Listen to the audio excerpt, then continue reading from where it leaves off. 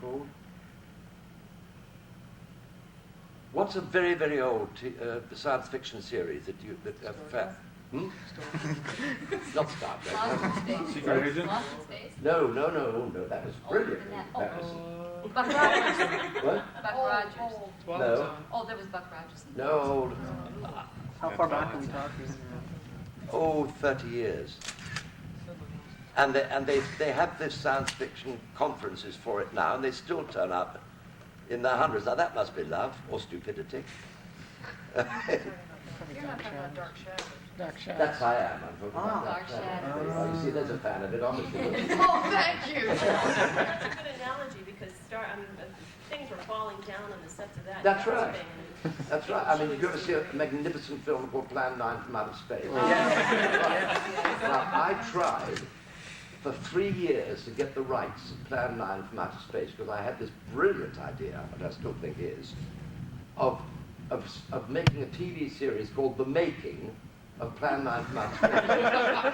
Because the man who made Plan 9 from Outer Space was the most extraordinary man who wore ladies' pajamas. I've never read about him. He went everywhere in ladies' pajamas, and he had a long moustache, long hair, and wore big drop chandelier earrings. A most extraordinary man. And he was straight as a die. He had as his companion an all-in wrestler who weighed about 40 stone, who was his sort of sidekick. And he had the one who played the zombies. That's exactly it. The one who played the zombie in Plan 9 and kept tripping over the tombstones and knocking them over, you know. Tor Johnson. What? I think that was his name, Tor Johnson. That's correct. That is his name. Well, you see, obviously. And anyway, I wanted to make this series based on that. And there wasn't any way that the producer would let us have the rights. Because he said, I'm going to make fortunes out of this thing for years and years and years. And now, people are still buying the videos of this like mad. He said, you've got to own a copy.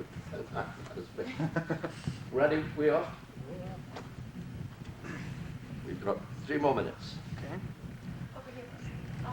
I was in New Zealand and Australia this time last year, Mm-hmm. and I was put in touch with a lot of fans from Star Trek, and I was really amazed. There's only two television stations in New Zealand, and who is very big there. Have you been to New Zealand or Australia? Yes, many times. I was saying just before you came in that I was out in New Zealand for the making of 3 series of Wurzel Gummidge. We shot it in New Zealand, in Wellington, and I know it very well, and I know the setup. And when I tell you that Wurzel Gummidge was the most expensive series that has ever been done in New Zealand, and still is, and the New Zealanders still haven't seen it. That shows the condition of their television. They haven't shown it yet, and never will, obviously, no, because they haven't got round to getting the money together to pay for it.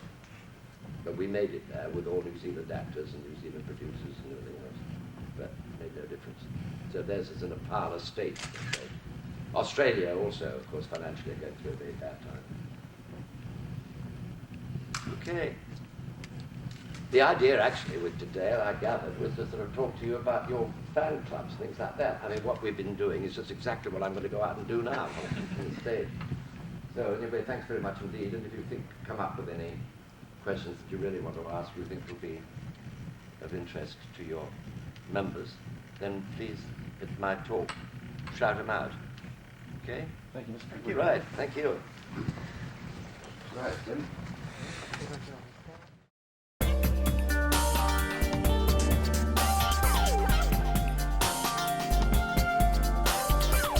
Say somewhere. Oh, I want to go. I'm here.